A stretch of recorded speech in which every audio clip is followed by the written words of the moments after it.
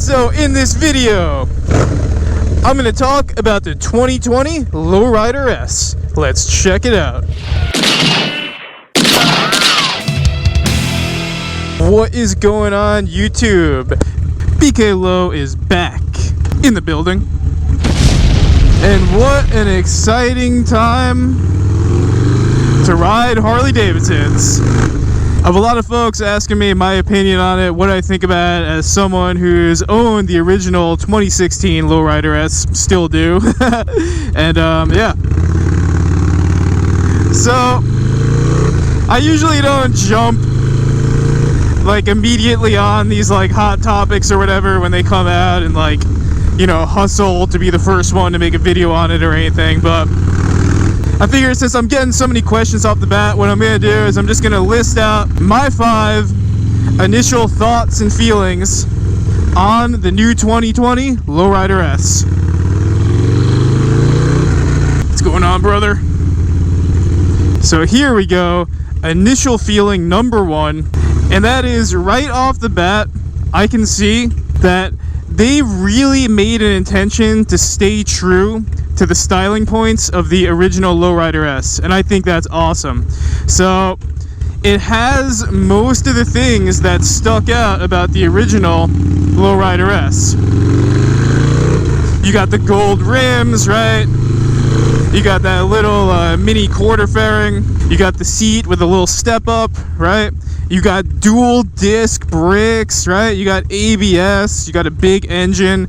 So they clearly, like, you know, they didn't hit everything that I think the original FXDL had, but they clearly made intentions to, you know, stay true to what made the Lowrider S, and I think that's awesome.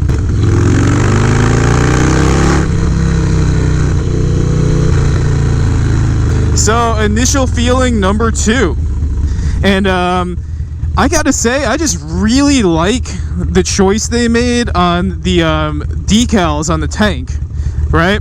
So it's like, you guys know that with my bike, after about a year, I took the badges off and I, you know, had it painted over to have that more classic looking FXDX decal, right? And, you know, to be honest, I think if my Lowrider had the same decals that they just put on the new 2020 Lowrider S, I don't think I would change it. I think I would keep it because it's got that awesome classic look, you know? So I think they knocked the decals out of the park on this one. I think it looks way better than the original badge. So good job, Harley Davidson. Well, actually, the first time I heard the announcement was someone commented on a video I put up a week or 2 weeks ago, like mentioning the 2020 Lowrider S and saying, oh, I can't wait to test ride it. And that was the first I had heard about it. So like I wrote back to the dude and I was like, is that really happening? I haven't heard anything about that. And lo and behold, here we are. So shout out to this dude. You nailed it. If anyone wants like Harley Davidson secrets, go find that dude on YouTube. So initial feeling number 3 has to do with the price of the bike. And originally when I heard the announcement, I thought that the price was going to be way steeper than it was in 2016. Like 2016, you know, it was just above 16K. It was just about where if I worked hard, I could afford it, right? I thought that with the newer one that they were going to bring that up to something like 20 or higher. That's what I was expecting. But it was cool to see that, you know, they still kept the price somewhere around 17, you know, didn't bring it up too high. And I was happy that they kept the price like somewhat reasonable. So I thought that was cool that they did that. Oh man, look at this hot dog truck. Give me a hot dog emoji if that just makes you want a hot dog right now. Alright, so thing number 4, and that has to do with the choice of the 114 engine. So that's one thing that I'm a little bit hung up on, and I'm not sure how you guys feel about it, but kind of like one thing that was cool about the FXDL in 2016 is there were no other dynas that were coming out that were coming off the line with 110s. So it made, you know, the FXDLS special in that way, you know?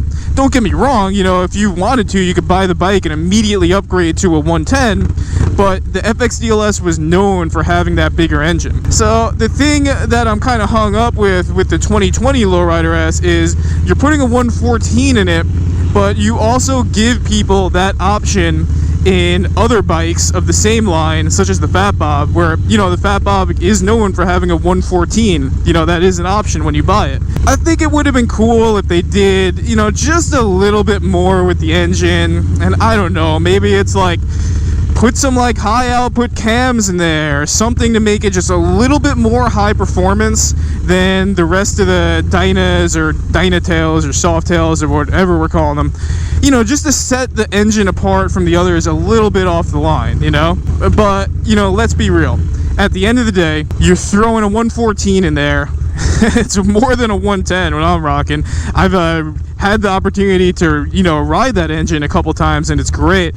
So I don't think anyone's going to be dissatisfied with the 114. I'm just saying it would have been cool for them to do something just to make it stand out a little bit more performance-wise. All right, so thing number 5, and I mentioned this earlier in the video, but I think it really does. I think it does warrant mentioning, because one thing I was disappointed about when they, you know, converted the Dynas into the Softails is a defining feature of lowriders is that lowriders have always had dual disc brakes. And when they made the Softail lowriders, for whatever reason, they decided to give it a single disc in the front. I don't know why they did that. So it's like they kind of took a little bit of the integrity of what a lowrider was out of the equation. And one thing that I'm really happy about with this 2020 Lowrider S is that they're giving you not only dual disc brakes, but they're also giving you ABS, which is true to what the FXDLS was. So I'm a major fan of dual disc brakes, especially the type of riding we do out here. There's just many situations where when you gotta stop, man. And there's just some situations where you just really need dual disc. So I'm glad that they stayed true to what a lowrider is, and you know, threw dual discs on there. So good stuff. So I mean, my closing thoughts on the thing is, you know, I was showing Jen both bikes side by side, the 2016 Lowrider S and the 2020, and like she was having a hard time really telling the difference, you know. So I think that's telling of what Harley Davidson did, and I think it's awesome because now it's like if you're someone who you feel like you kind of missed the boat on the Lowrider S, and you're someone who's just been like scouring Craigslist looking for one, and maybe you're just finding overpriced Dynas with high mileage, well, now you have probably a better option where you can have something very close to the bike. I mean, I'm not going to say it's the same bike. They're two different bikes. You got a completely different frame and a completely different engine. But what I will say is it looks like an amazing bike. I would be psyched to have that. Like, probably at this point, if something ever happened to this bike or whatever and I needed a new bike, it would probably be that at this point. It'd probably be the 2020 Lowrider S. And that's kind of what I'm expecting to see is like in the next year or two, I'm expecting to see a whole bunch of those pop up just like the FXDLS did. I think Harley Davidson knocked this one out of the park. And obviously there's only so much I could say. I haven't test ridden it, and I'm not going down the list and going through all the tech specs on it, but I think it's a step in the right direction because now it's Harley Davidson acknowledging us Dyna riders. The FXDLS was a major success. It was very popular, and then they kind of just quickly did away with it.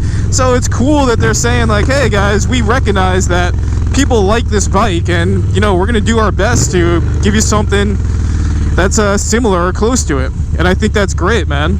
It's just a step in the right direction. So good job, Harley Davidson. So yeah, let me put it out there to you guys. Like, I touched briefly on just some of the things that jumped out at me as someone who's been one of the original owners of an FXDLS. But as always, I'd love to put it out there to you guys and like see what do you guys think about it. Are you happy with the new FXDLS? Are you excited for it? Are you someone who maybe is thinking about buying it? You know, that's what I want to hear. What's your guys' thoughts on it? You've heard my thoughts on it. So yeah, as always, thank you for watching. I hope you enjoyed this video of my initial thoughts on the new 2020 Lowrider S. And yeah, man, I'm really excited to see what people do with these new lowriders. But yeah, as always, thank you for watching. Shout out to all my supporters on Patreon, aka the Stay Low crew. Thanks, guys. I appreciate you. Stay safe out there, and as always, stay low. And BK Low is out.